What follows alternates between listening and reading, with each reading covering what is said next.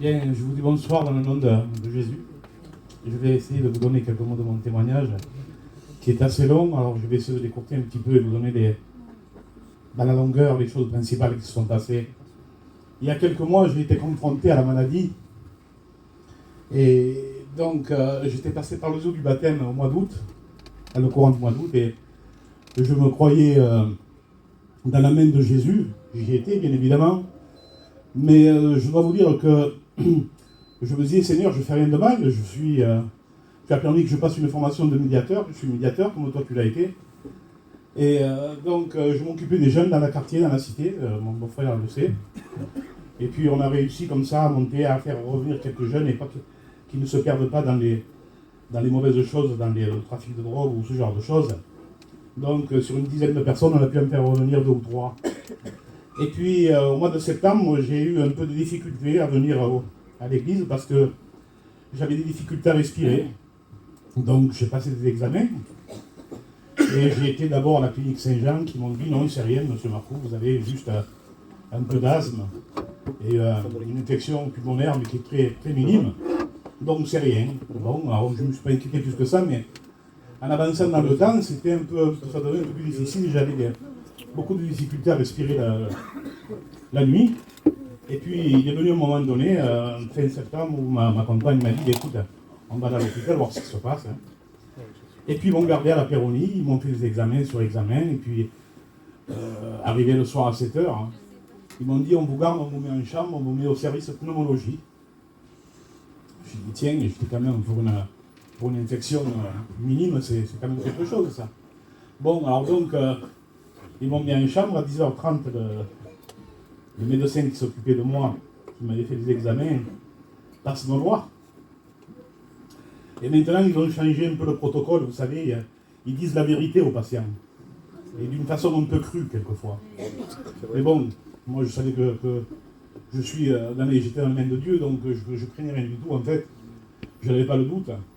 Mais bon, c'était quand même gênant, cette maladie était gênante. Il m'a dit, bon, écoutez, monsieur Marcoux, je viens vous voir, vous avez, d'après les examens, vous avez une infection pulmonaire du côté gauche, c'est minime, vous avez un peu d'asthme, mais vous avez une grosse tache sombre au-dessus des poumons.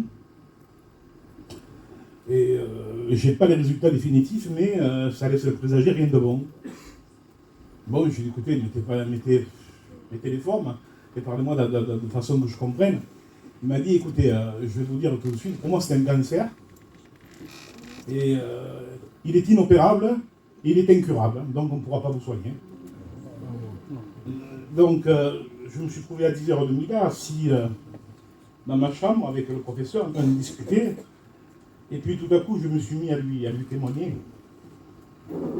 Pourquoi, je ne pourrais pas vous dire pourquoi, mais l'esprit m'a repris.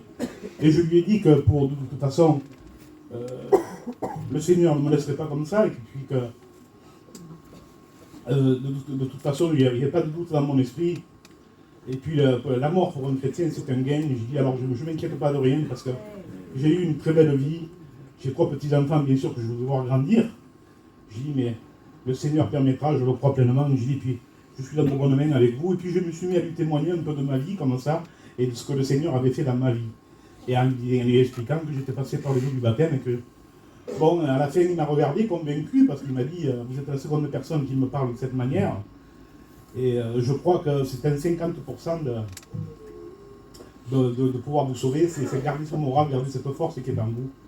J'ai dit, le Seigneur permettra. Puis quand il est parti, je ne vous cache pas que j'étais dans le doute, parce que à 60 ans, je trouve que c'était un peu jeune, je n'avais jamais été malade de cette façon-là. Je me posais des questions, et je me disais quand même, Seigneur, je ne comprends pas, je suis passé par les eaux du baptême, je ne fais plus rien de mal. C'est vrai qu'auparavant, lorsque j'étais dans le monde, je menais une vie un peu particulière, je fais beaucoup de prison, pour des raisons ou pour d'autres, mais je n'étais plus cet homme-là. Le Seigneur m'a changé, le Seigneur a fait de moi un être nouveau, il m'a donné ce cœur de pierre pour me mettre un cœur de chair. Donc je marche selon les préceptes du Seigneur depuis assez longtemps maintenant, et je dis, Seigneur, écoute, de toute façon, quoi qu'il en soit, je ne te demande pas la guérison. Et je lui dis, Seigneur, permets seulement que je puisse le témoigner à mon église. Afin que tu te glorifies au milieu de mon église et au milieu de tiens, Seigneur. Amen. Alors, sur ce, je me suis endormi. Puis, quelques temps après, ils ont commencé le protocole. Et pour être plus court, je lui ai dit, écoute, Seigneur, de toute façon, moi, ta grâce me suffit et j'ai besoin de rien d'autre que de toi. Donc, qu'il en soit comme toi, tu ne veux pas comme moi. Et là-dessus, je me suis endormi. Donc, je me suis endormi. Bon, et ils ont commencé le protocole. Et lorsqu'ils ont commencé le protocole, c'était très difficile parce que vous sentez comme vous injectez quand même quelque chose qui est une sorte de poison, si vous voulez, qui soigne mais qui brûle en même temps les autres parties du corps. Donc, c'était difficile. Et le traitement a duré 4 mois et demi. Mon oncologue est venu me voir au bout de 4 mois et demi dans la chambre et m'a dit monsieur Marcou, vous êtes en rémission complète, vous n'avez plus rien.